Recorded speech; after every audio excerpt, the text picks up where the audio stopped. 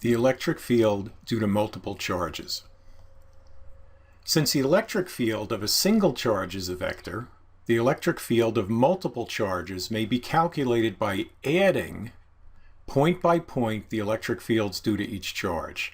However, we just don't add the magnitudes of the individual fields. You have to add their vectors, which another name for that is vector addition.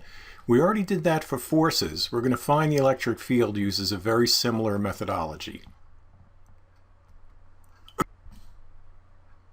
We'll show this pictorially first.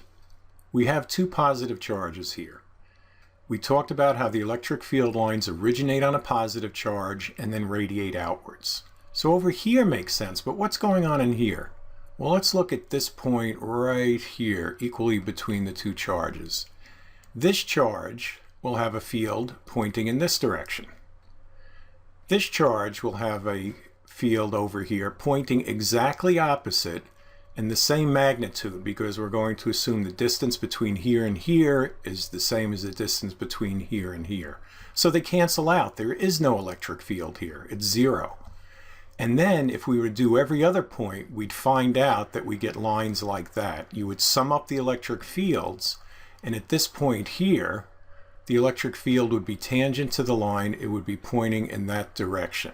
Over here, it would be pointing like that.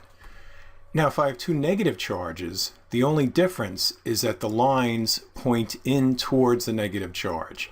Because if I were to put a positive test charge here, it would be attracted by the negative charge and would flow along the field lines. And of course, a negative charge would flow opposite the field lines. What if we had two unlike charges? So here's a plus, here's a minus. You can see the field lines originating on positive, going to a negative. Then over here on the other side, you can see they're not terribly affected by this other charge. But let's look at the point right here, just like we did in the last case. So the electric field due to the positive charge is in that direction. How about for the negative charge? It's in the same direction. So one way of showing that, just put them both like this, and then I would add these two vectors together and get something looking like that. So the electric field lines reinforce themselves here due to these charges being opposite. Now, if we switch the sides, put the positive over here, well, we're just reversing the directions of the arrows. You may have noticed that we gave this configuration here a special name. It's an electric dipole. They appear over and over again in studies of the atom and molecules.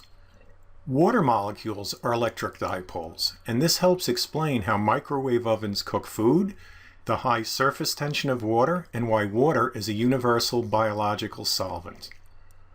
Later in this course, magnetic dipoles will be discussed, and these have crucial applications.